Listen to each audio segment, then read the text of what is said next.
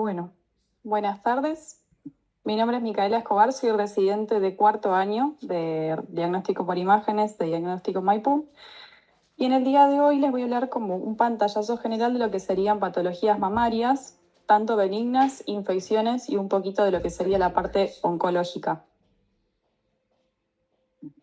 Dentro del espectro de las malformaciones congénitas, que serían patologías benignas dentro de la mama, tenemos la amastia o atelia, que es el famoso síndrome de Poland, que está asociado también a malformaciones de la pared torácica, como por ejemplo la ausencia del músculo pectoral y obviamente de la mama. Hay veces que se da parte de la patología, puede ser que la paciente no tenga músculo pectoral, pero sí mama, y eso se ve bien clarito, que ahora no le puse ningún ejemplo, pero se ve bien en la mamografía. La mastenia iatrogénica, que se da el daño justamente en el botón mamario infantil. Después tenemos las hipotrofias o hipomastia, que es un volumen mamario inferior a 200 o 250 centímetros cúbicos, y a veces se da por la deficiencia estrogénica o la falta de receptores. Por otro lado, que es bastante común ver, es la polimastia o politelia, que es el tejido mamario aberrante o accesorio, que es cuando las pacientes tienen una involución incompleta a nivel embrionario de las glándulas mamarias y a veces tienen glándulas mamarias supernumerarias por debajo de la mama o a nivel axilar, que es como el más frecuente. Por otro lado tenemos la hipertrofia o macromastia, que son mamas extremadamente grandes que le causan mucha molestia a las pacientes, que suelen ser entre moderadas, son 300 a 600 centímetros cúbicos, y la gigantomastia son más de 600 centímetros cúbicos, que son las famosas pacientes que se realizan reducciones mamarias por encima de toda la estética. Las cirugías son bastante desgastadoras, la cirugía la cicatriz es muy poco estética, pero por encima de todas esas cosas las pacientes priorizan estar más cómodas y tranquilas y ya no con tanto dolor de espaldas, no poder usar una ropa tranquila. Y a veces esto también hay que diferenciarlo cuando hay una asimetría mamaria por el peligro de tener un tumor filodes, que se da bastante en pacientes que tienen una mama más grande que la otra. Eso es lo que hacemos nosotros con imágenes, es buscar que esa paciente no tenga una asimetría mamaria a partiendo de la base de que no tenga un tumor. Por otro lado, tenemos la diferenciación clínica de los tumores benignos sólidos, que el gol estándar, el que más con frecuencia nos encontramos, es el fibroadenoma o el fibroangiolipoma, más que nada el fibroadenoma, que es el 85% más común de las mujeres, sobre todo jóvenes, o por lo menos que están bajo estimulación hormonal. Es un tumor fibroepitelial, hormonodependiente, es sólido y la característica que tiene es que tiene bordes muy circunscriptos y es sumamente móvil. Uno cuando lo palpa no está adherido a ningún plano y es sumamente móvil, y se suele dar como cualquier otra patología a nivel mamaria en cuadrantes super externos, que es donde frecuentemente más encontramos patología. En imágenes lo vamos a ver con una homogenicidad homogénea. A veces puede tener vascularización homogénea, periférica o no. Y en la mamografía se suele ver, pero lo que hacemos es solamente describirlo como una imagen, una opacidad nodular con márgenes circunscritos u oscurecidos, pero lo que nos da fielmente el diagnóstico es una ecografía. En la mamografía lo describimos y en la ecografía lo terminamos de determinar si es de naturaleza sólida o por ahí puede ser simplemente un quiste. Por otro lado tenemos el papiloma intraductal, que es de baja frecuencia, un 8%, que lo que podemos ver es la proliferación adenomatosa en la luz de un conducto, que principalmente son las pacientes que vienen con la sintomatología que tienen derrame por pezón. Puede ser seroso o cero hemático, o a veces pueden decir que es como si fuera un color amarronadito. Puede ser único a nivel de las pacientes que están en menopausia o perimenopausia, o múltiple en pacientes jóvenes. El tratamiento va a ser quirúrgico, que se suele hacer la cirugía de Samblond en el conducto enfermo único o la de Urban, que es la extracción de todos los conductos cuando son en pacientes que tienen papiloma intraductal múltiples. Y después tenemos el tumor filodes, que también es de baja frecuencia, pero altamente recidivante, que lo que suele dar es una proliferación mesenquimática, que el 60% afortunadamente son benignos, el 30% son malignos y el 10% suelen ser intermedios. De todas formas, el único tratamiento que tenemos es la decisión amplia con márgenes libres, como cuadrantectomía o directamente mastectomía. No se suele dar tanto la mastectomía, pero sí se requiere sacar rápidamente el tumor para corroborar su naturaleza. Y no requiere vaciamiento ganglionar.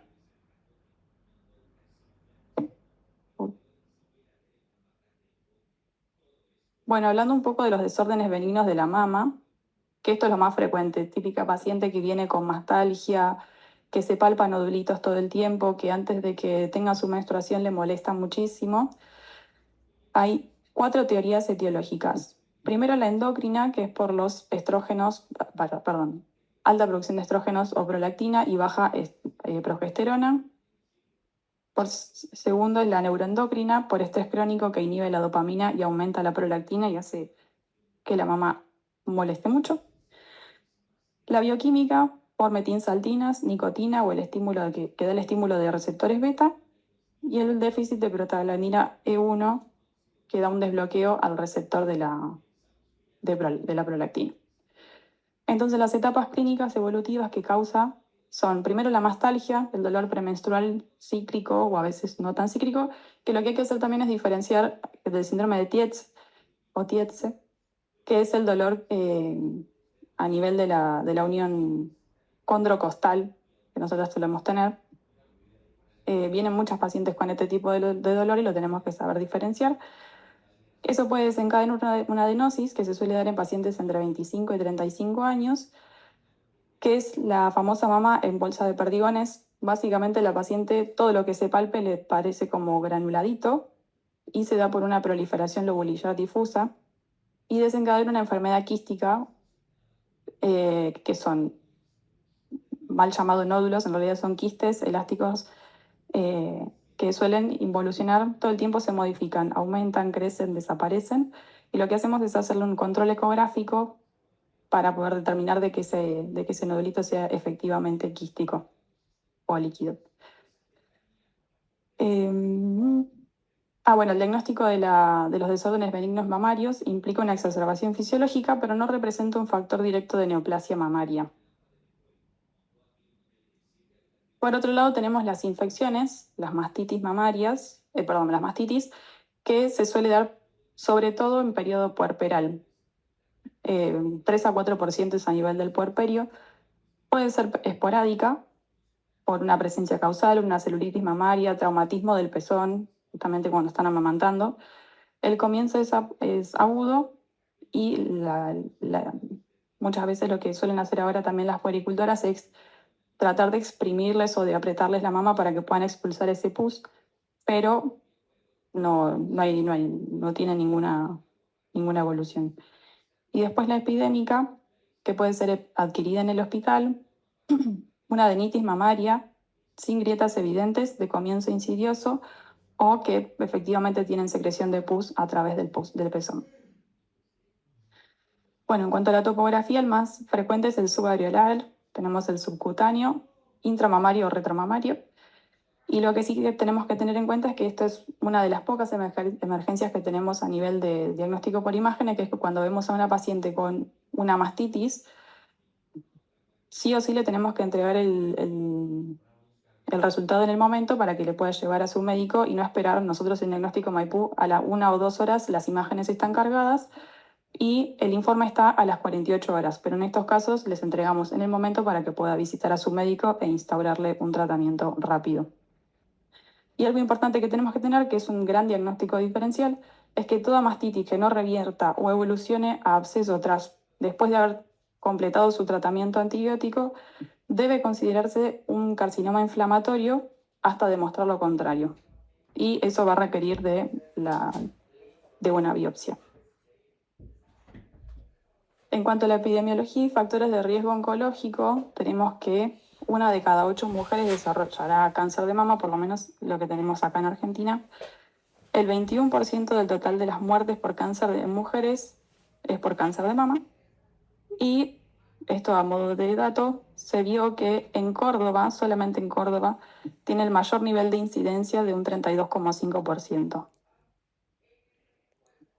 Los factores predictivos que tenemos no siempre se cumplen, pero suelen ser bastante predictivos, vale la redundancia.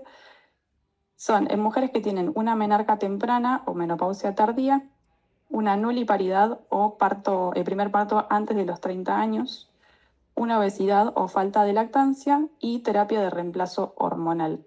Después, por otro lado, tenemos a las pacientes que tienen una mutación genómica, como la mutación del BRCA1, BRCA2 y el criterio de tamizaje. Bueno, hablando ahora sí un poco de cómo es la historia natural del tumor y la detección precoz, que esto es sumamente, acá entramos nosotros en tratar de hacer bastante conciencia en las pacientes, sobre todo en el estudio anual, o bueno, algunos médicos deciden hacer controles por lo menos cada 2 años, y la detección temprana con la autopalpación. T0, que sería la fase preclínica, es subclínico no palpable y la supervivencia es de 10 años. T1 es cuando el tumor tiene menos de 2 centímetros y la evolución clínica, una evolución clínica inicial. T2 es cuando tiene de 2 a 5 centímetros y tiene una expansión tumoral. Y T3 es cuando tiene más de 5 centímetros, es un tumor invasivo, si hay ganglios mucho más y la supervivencia cae al 22%. Estos, esta, ay, perdón. Estas bolitas que quise graficar acá es, digamos, el tamaño del tumor en el cual tenemos que tener en la cabeza, del cual lo podemos encontrar. Por ejemplo, en una mamografía, en una paciente que se hace controles anuales, podemos llegar a encontrar y hemos llegado a encontrar tumores tan chiquitos que es imperceptible para la palpación, para la sintomatología y etc. En el examen médico, que es un hallazgo de rutina clínica, puede ser un poquitito más grande en el autoexamen ocasional descubierto por la mujer, que se revisa esporádicamente, y si una paciente no tiene revisión alguna, que no cumple con sus controles anuales y se palpa un nodulito, suelen ser bastante ya agresivos.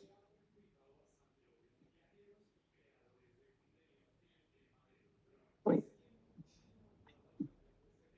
Bueno, hablando un poquito de la progresión del sistema de TNM, tenemos el estadio 0, que puede ser un carcinoma in situ, el cual no penetra la membrana basal. Es un tumor bien localizado que se opera y se termina la historia. El estadio 1 es un tumor menor o igual a 2 centímetros, sin afectación ganglionar ni diseminación. Este ya puede llegar a ser un tumor invasor. El estadio 2, que es un tumor de 2 a 5 centímetros con afectación ganglionar ausente o silente, como un ganglio axilar móvil pero con infiltración. El estadio 3 es un tumor de más de 5 centímetros con afectación de la piel, la famosa piel de naranja en la mama o músculo, y los ganglios linfáticos suelen estar más fijos y pétreos. Y el estadio 4, ya hay una enfermedad sistémica con metástasis a distancia, ya comprobada que las regiones con mayor, digamos, donde va primero la metástasis es en hueso, hígado y pulmones. Entonces, los pilares metodológicos que tenemos para la estadificación local son la clínica, la mamografía, ecografía y en algunos casos llegamos a utilizar la resonancia magnética para ver el tipo de realce que tenga ese tumor y bueno, también el alcance que tenga. Muchas veces son tumores muy silentes que no los vemos ni por mamografía porque son mamas muy densas y cuesta localizarlos, o en ecografía tampoco se pueden llegar a ver, los vamos a buscar con una resonancia y sí podemos ver el área de realce, que suelen ser áreas no masa, muy difíciles de ver por otros diagnósticos. Y luego tenemos la estadificación sistémica, que lo que hacemos nosotros es hacer o centellogramas óseos, tomografías bueno, acá puse tórax, pero en realidad hacemos un escaneo general de tórax, abdomen y pelvis, y hay pacientes que se suelen hacer, para no ser tan invasivos con la radiación, ecografías hepáticas. Bueno, entonces tenemos que el arsenal imagenológico y nuestra Biblia, que es el sistema BIRATS, lo hacemos mediante mamografía, ecografía y resonancia mamaria. La mamografía reduce la mortalidad en 40%. Las proyecciones que usamos habitualmente son la medio oblicuo lateral o el falso perfil y la craneocaudal, que es también llamado frente. Los signos de alarma más característicos o más que nos da un poquito más de miedo son las microcalcificaciones agrupadas y los nódulos que tengan distintas características como los bordes espiculados. La ecografía lo que nos ayuda es, a ver, nosotros usamos la mamografía como si fuera un mapa. Yo en una mamografía puedo llegar a ver, como muestra acá, una imagen nodular de márgenes espiculados, pero yo no sé su naturaleza, no sé si es quístico, sólido o qué. Entonces lo que hacemos es ir a buscarlo con la ecografía y terminamos de diferenciar si es un nódulo sólido o en quiste, y se suele usar sobre todo en pacientes que tengan mamas muy densas o en menores de 30 años para tampoco exponerlas a la radiación.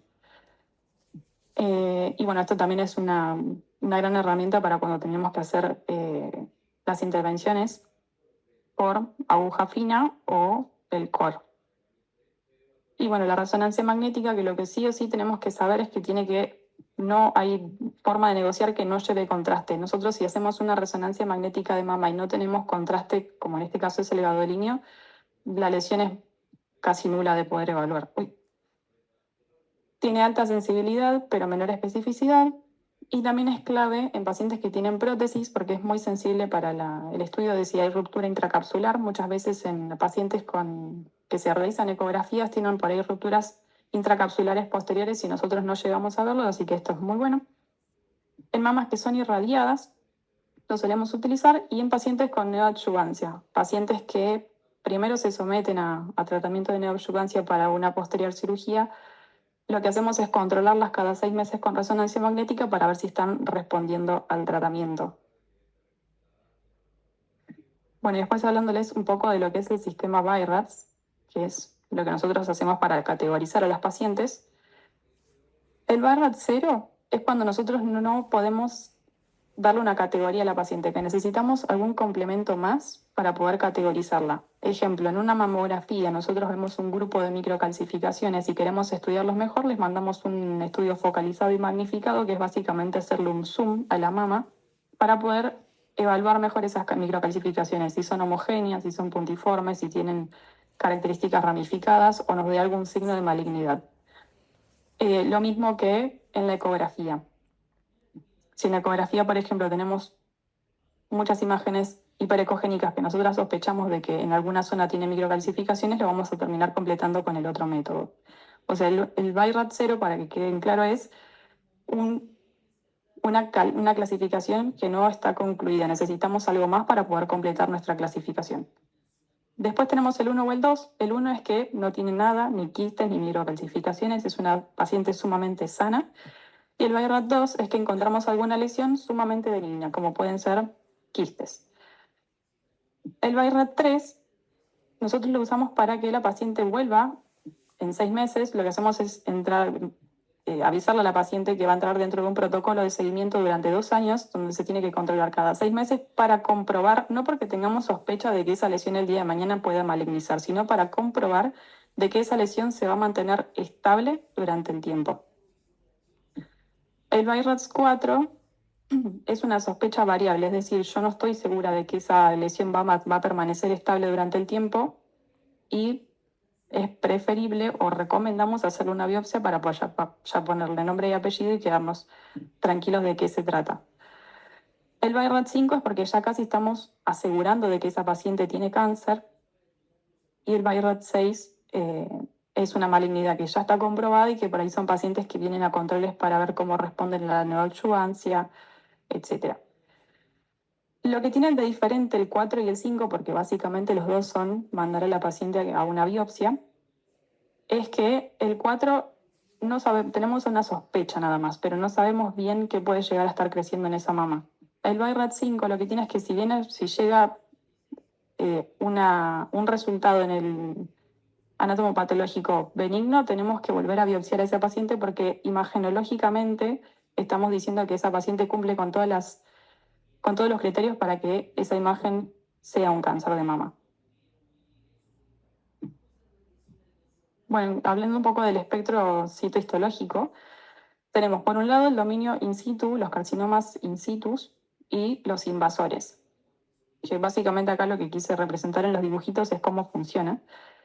El carcinoma ductal in situ, que es uno de los más frecuentes, es bien confinado y generalmente es detectado por las microcalcificaciones en la mamografía. Después, por otro lado, tenemos el lóbulo in situ, que se suele dar en mujeres jóvenes, es multifocal y hasta puede llegar a ser bilateral. Por otro lado, tenemos el ductal invasor, que lo que tiene de diferente es que atraviesa la membrana, genera reacción fibrosa densa y es de consistencia muy dura. Y el lobulillar invasor, que tiene una invasión lineal silenciosa, sin reacción fibrosa y es de dificultosa detección. Por otro lado, tenemos el carcinoma inflamatorio, que ya les había mencionado antes, que cuando una paciente no recupera frente a un episodio que nosotros sospechamos que es una mastitis, tenemos que, en primera línea, sospechar. Es una invasión, tiene una invasión rápida linfática y dérmica, y es la famosa piel de naranja que simula una mastitis grave. Y por otro lado tenemos la enfermedad de Payet, que es aquel carcinoma que involucra el complejo areola-pezón. Y como regla de oro, no hay Payet que no afecte el pezón. Si nosotros estamos sospechando de una enfermedad de Payet que no tenga afectado el pezón, lo tenemos que descartar.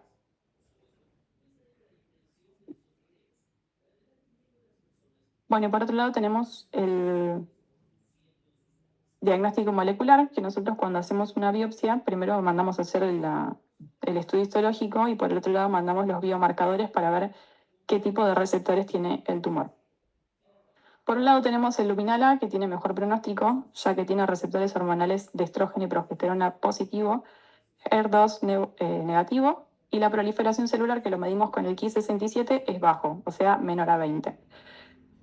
Bueno, como les dije, el menor tiene mejor pronóstico general y tiene alta sensibilidad a terapias endocrinas.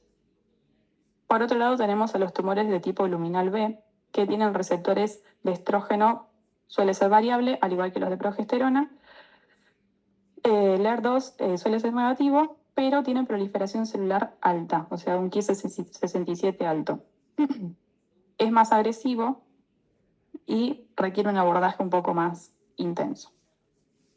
El ER2 positivo enriquecido tiene receptores hormonales de estrógeno y progesterona negativos y el Ki67 suele ser variable. Este tipo de tumores van a requerir una terapia sistémica dirigida con trastuzumab. Y por último, el de peor pronóstico y el que más miedo nos da es el triple negativo, en el cual no tiene receptores hormonales para estrógeno ni progesterona, no tiene ER2 y el Ki67 suele ser variable. Aquellas mujeres que tienen un Ki67 menor a 20 tienen un poquito de mejor pronóstico, pero aquellas que tengan mayor a 20, el pronóstico de vida es más o menos de 5 años. Y a estas pacientes lo que les solemos hacer, nosotros en Diagnóstico Maipú, o bueno, en general lo que nos llegan las pacientes que vienen, les colocamos un clip para poder localizar ese tumor. Los médicos les hacen generalmente una quimio bastante agresiva y después una un poco más sutil. Y vemos cómo responde. Algunos médicos prefieren hacerlo mediante ecografía, en donde comparamos el tamaño del tumor, o preferentemente una resonancia que podemos ver mejor los bordes y la extensión. Y bueno, en el caso de que respondan, se pueden operar o bueno, eso lo evaluará después el médico.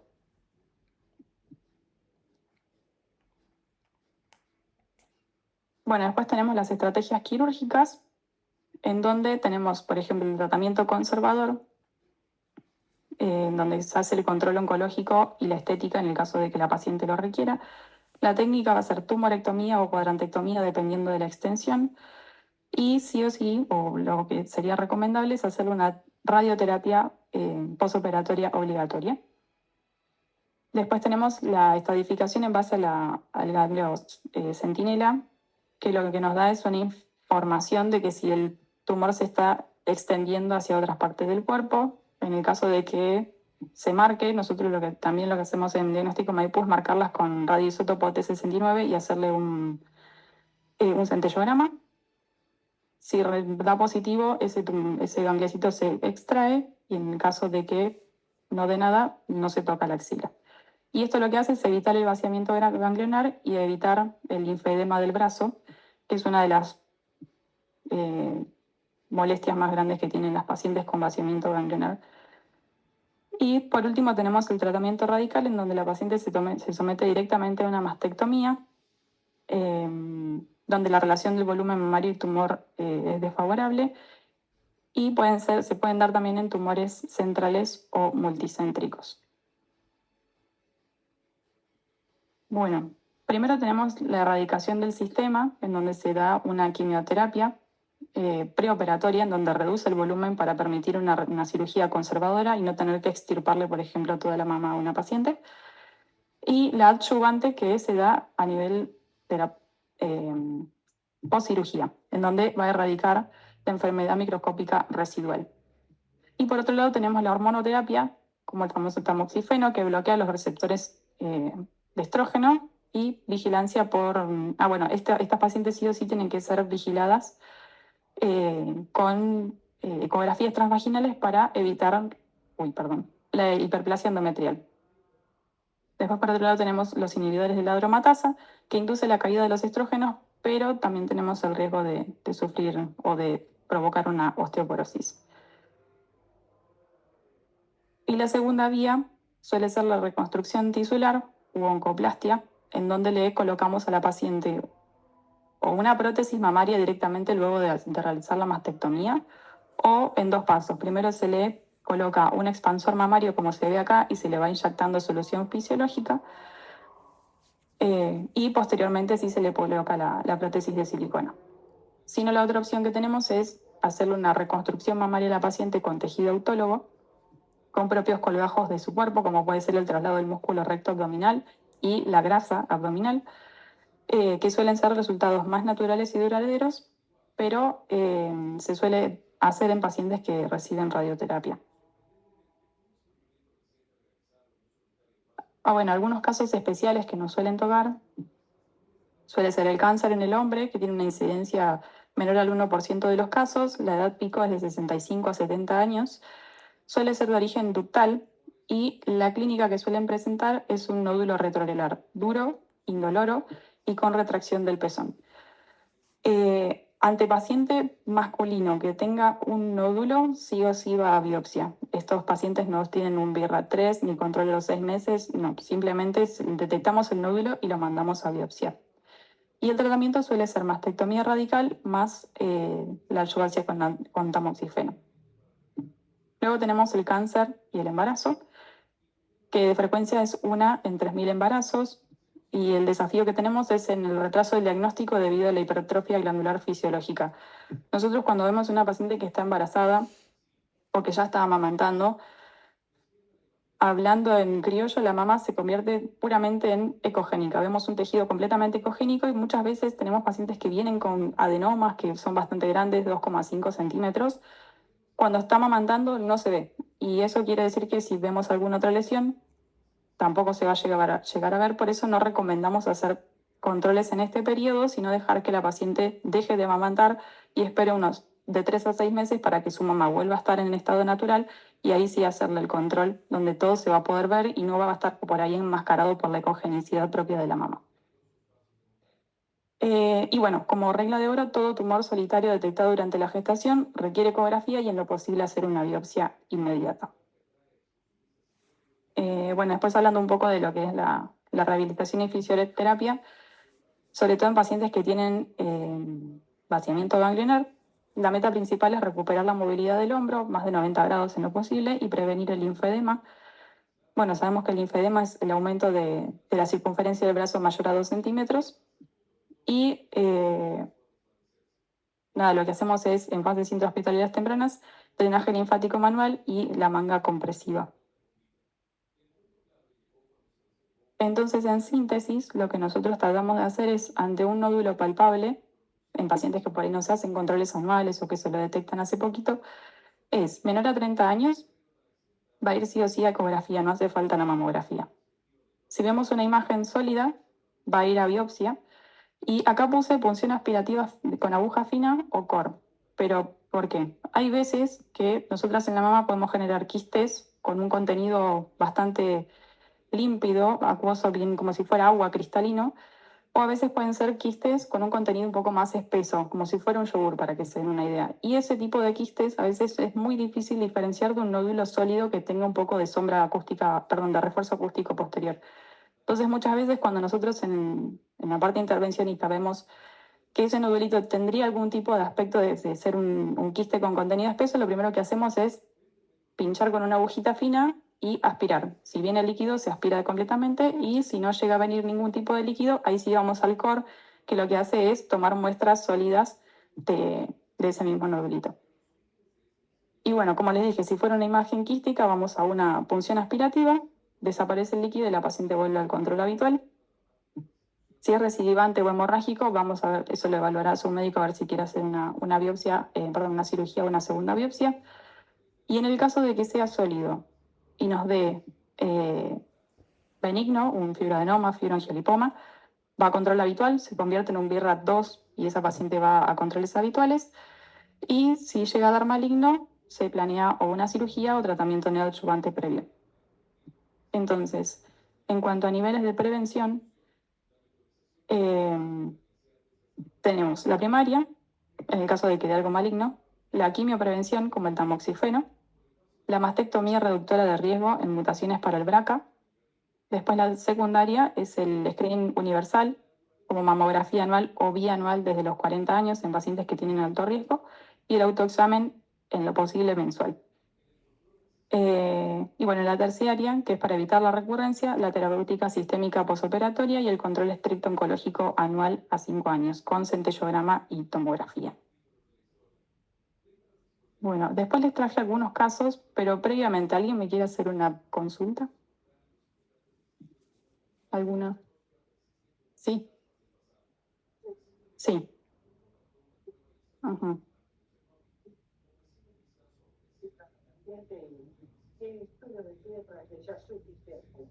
Eso nosotros lo... No, no, no, la idea sería como poner un BIRAT cero. Nosotros igual en el informe aclaramos qué es lo que necesitaríamos para completar ese BIRAT y puede convertirse en un 2, en 3 o ir a punción. Eso lo que nosotros hacemos es poner un cero para después terminar de ponerle de 2 en adelante. No, no queda siempre, la idea no sería que quede siempre cero porque necesitamos que esa paciente vaya con una definición final, digamos. Pero sí lo que solemos hacer es, por ejemplo, no sé, en una mamografía encontramos un grupo de microcalcificaciones que antes no estaba, le ponemos un BIRAT cero y al lado le ponemos considerar estudio focalizado para mejor o visualización de las microcalcificaciones o para categorización final, ya directamente se lo ponemos así. Y después el médico evalúa, por ejemplo, nos ha pasado de tener pacientes que por ahí era la primera vez que venían a diagnóstico Maipú, no teníamos estudios previos, entonces nosotros igual como no sabemos si esas microcalcificaciones estaban años anteriores o no, le ponemos el BIRAT cero y le ponemos considerar con estudios anteriores y de no ser posible les mandamos la focalización.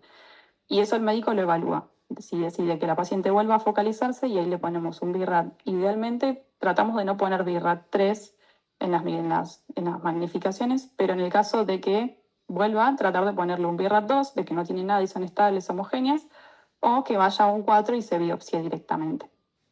Pero no, sí, la idea sería como que la paciente se lleve una categorización final.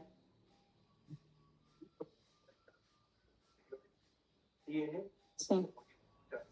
Sí, sí, sí. A veces cuando por ahí vienen con una simetría muy marcada o las microcalcificaciones, tratamos como de que, ya que no lo tenemos nosotros, por lo menos que lo vea el médico o que nos traiga los estudios en otro momento, sería como lo ideal.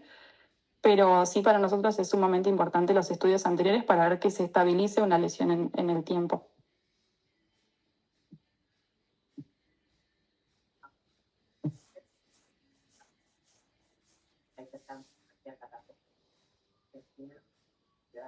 La biológica dice un año, la sociedad hematología dice un año. Ahí dice anual o bianual. ¿Se hace en la bianual?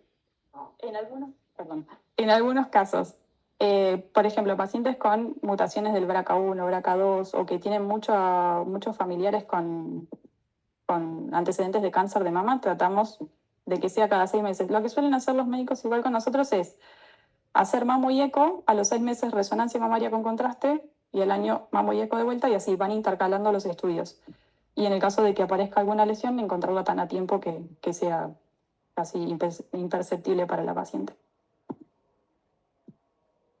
¿Alguna otra duda? Sí.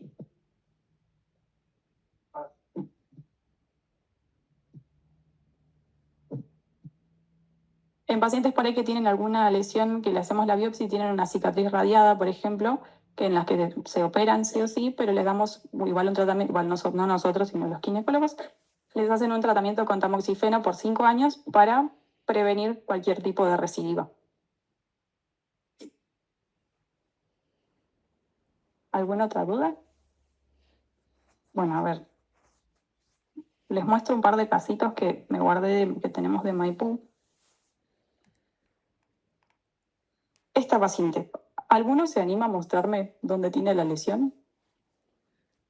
Este lado es una placa frente mamográfica y este es un medio oblicuo lateral o perfil.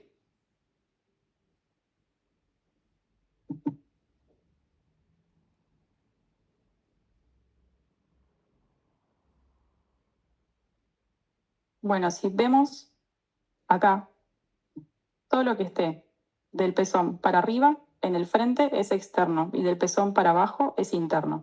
Y acá en el perfil, todo lo que esté del pezón para arriba es superior y del pezón para abajo es inferior.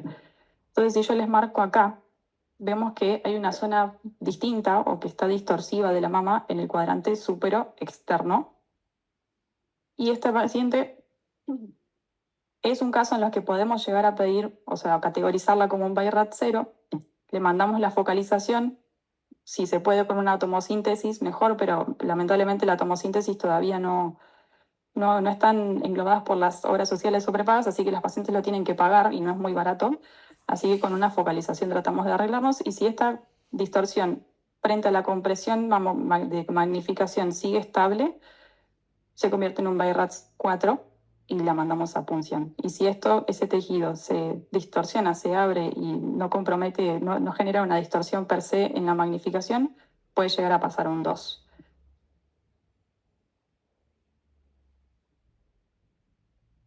Ah, bueno, no se los marqué. Acá está en la región externa y en el medio oblicuo lateral está acá atrás. Sí. De acá, si yo trazo una línea acá, todo lo que esté del pezón para arriba es externo. Sí, y del pezón para abajo interno, y de acá del pezón para arriba es superior y del pezón para abajo inferior. Acá.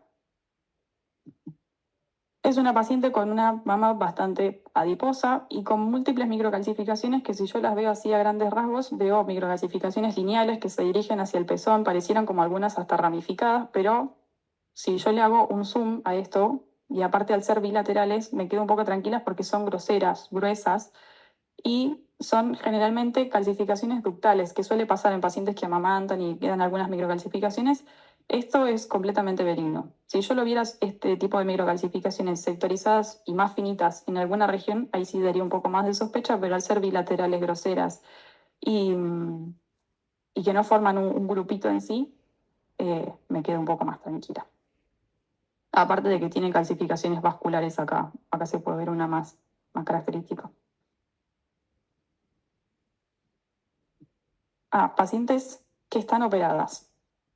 Las pacientes que están operadas son un gran desafío porque tienen una zona que es irregular, la distorsión de la mama es bien característica, pero si yo a esta paciente la puedo seguir durante el tiempo, veo que las calcificaciones que tiene en esta región se convierten en una macro que me da un poco más de paz y le puedo poner tranquilamente un BI-RAT 2, que son distorsiones propias de la cirugía, no es algo patológico en la mama.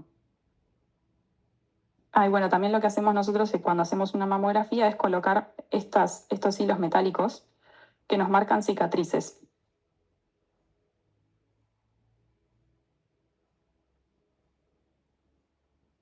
Acá, si alguien se anima a decirme dónde está la lesión.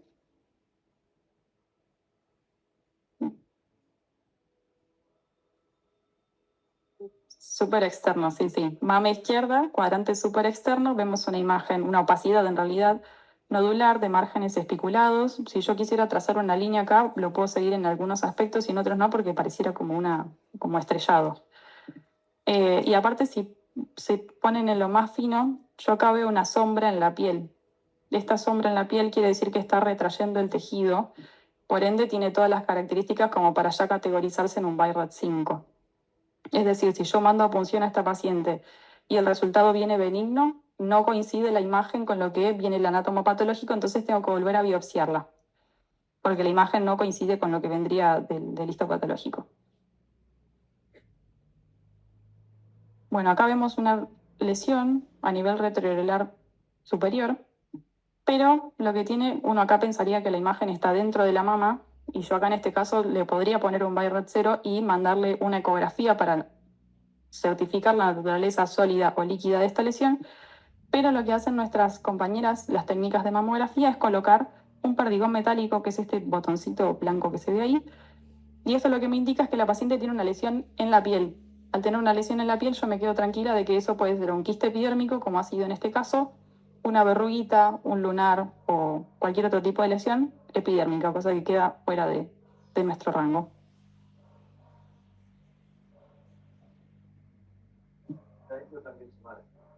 Sí, sí, todo. Sí, sí, toda lesión que la paciente sepa que tiene hace mucho, que son lesiones bien dérmicas, lo marcamos. Porque si no, si yo tuviera esto así sin nada, me llevo un susto. Después, por otro lado, tenemos la otra contrapartida de que. Uy, creo que se tildó. Ahí está. Acá también, a nivel retroareolar, vemos una mama que tiene una imagen, una opacidad de márgenes oscurecidos, le diría yo, porque si yo quiero trazar una línea, yo lo puedo seguir acá medio que lo pierdo, se pierde con el tejido mamario. Entonces no podemos determinar si es completamente el margen circunscripto, cosa que nos daría un poco más de paz y sería benigno, pero sí lo que acá haríamos es pedirle una ecografía para determinar si esto es un quiste, un fibroadenoma o qué está creciendo en esa mama. Esto es bien característico de pacientes que tienen reducciones mamarias. Si ustedes prestan atención, tienen como líneas que se dirigen hacia adentro de la mama y aparte calcificaciones quirúrgicas. Este tipo de mamas es bien característico de pacientes que se someten o a mastopexia o a reducciones, que nada, son normales, acá no se les pide nada. Sí, con calcificaciones acá.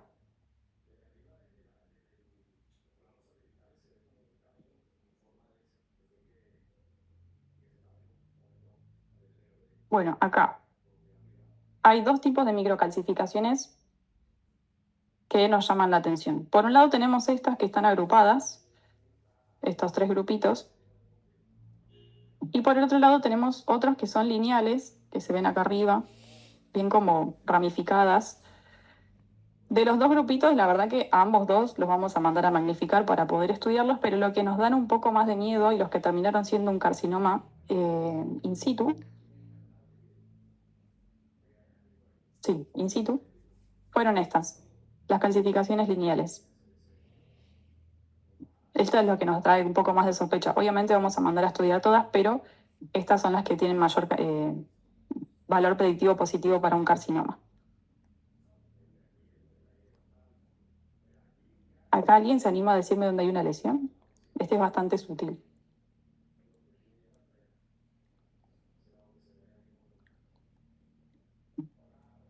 En la mama izquierda. Si prestan atención, bien acá. Está bien como delimitado, pero no tiene una densidad. De hecho, es grasa, es un lipoma.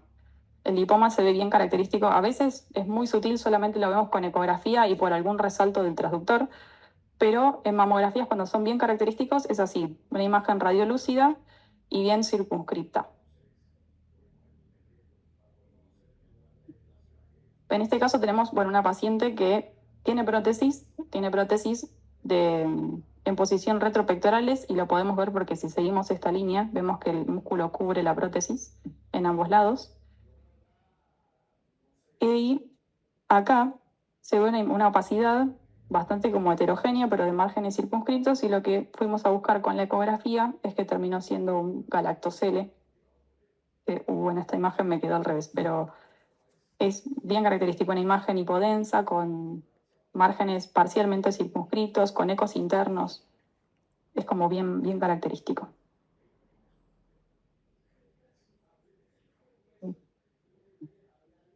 Bueno, acá lo que les quise mostrar es muy sutil igual, es una glándula mamaria accesoria, que si ven es una mama bastante adiposa, tiene como estas linitas blancas como para hablarles en criollo, también acá en la axila.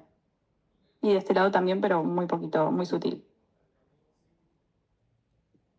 Y esto es una paciente que en cuadrante súper externo de mama izquierda tiene esta simetría. Si yo lo veo así, me pego un susto bárbaro, pero si yo voy hacia atrás y veo sus estudios previos, como dice acá, de 2024 a 2022, si veo que está estable del 2022, me quedo tranquila de que esa simetría no es una simetría en desarrollo ni es un crecimiento anómalo. Simplemente es puramente anatomía de la paciente. Acá tengo otras microcalcificaciones, que este es nuestro gran desafío porque en pacientes que tienen una mama muy densa son muy difíciles de ver y si son tenues y heteromorfas y agrupadas como se ven acá en estas imágenes, estas de acá y estas de acá, son muy difíciles de evaluar y cuanto más, si las microcalcificaciones son bien tenues, la probabilidad de que sea algo malo es bastante alta. Y por último, tengo una última distorsión, que este es el estudio magnificado. Nosotros con un acrílico mucho más chiquito le hacemos un zoom al lugar donde queremos hacer el estudio de la mama. En este caso fue el cuadrante super externo para poder evaluar una distorsión que se veía en la placa habitual. Y lo que vemos es que la distorsión persiste, se ve como una estrella acá en la mama. Por ende, esta paciente va con un BRAF 4 y necesitaríamos saber cuál es el resultado de la biopsia. Y eso fue todo por hoy.